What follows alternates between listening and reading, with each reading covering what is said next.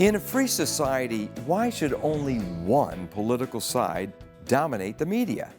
Yet social media, the networks, the cable channels, newspapers, and satellite programming are, for the most part, dominated by the left today.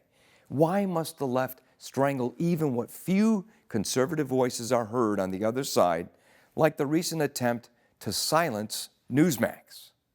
When the founders of America produced the Constitution, a frequent criticism was that it did not spell out specific rights. So the founders agreed that if the Constitution were to be ratified, they would attach a Bill of Rights.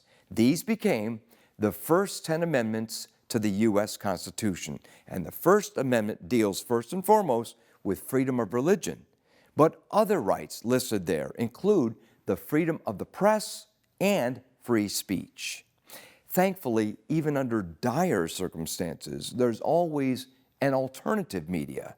In the days of the American War for Independence, there were committees of correspondence disseminating information to the 13 colonies, contrary to royal-controlled sources of information.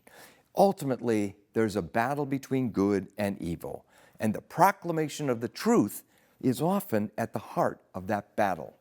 There's a classic American hymn written by James Russell Lowell, "Once to every man and nation." Part of it says this: "Though the cause of evil prosper, yet the truth alone is strong. Though truth's portion be the scaffold," that is the gallows, "and upon the throne be wrong, yet that scaffold sways the future. And behind the dim unknown standeth God within the shadow, keeping watch above his own." God is watching and making sure that truth will prevail, which it will, even if for a time, times, and half a time, it suffers setbacks.